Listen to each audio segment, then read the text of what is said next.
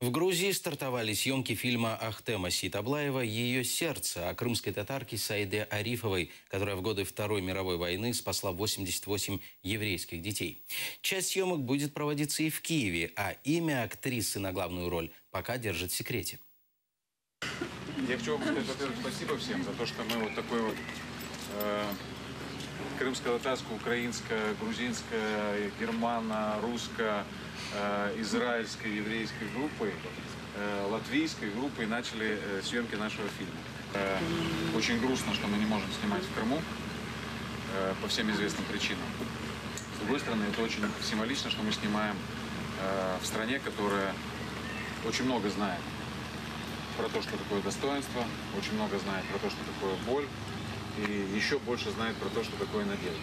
И для меня, как для режиссера, это очень символично. Я благодарен этой стране за ее гостеприимство, за то, что она так приняла нашу группу. Эта история просто с большой буквы о матери, о детях, о надеждах, о боли, о смелости и о любви.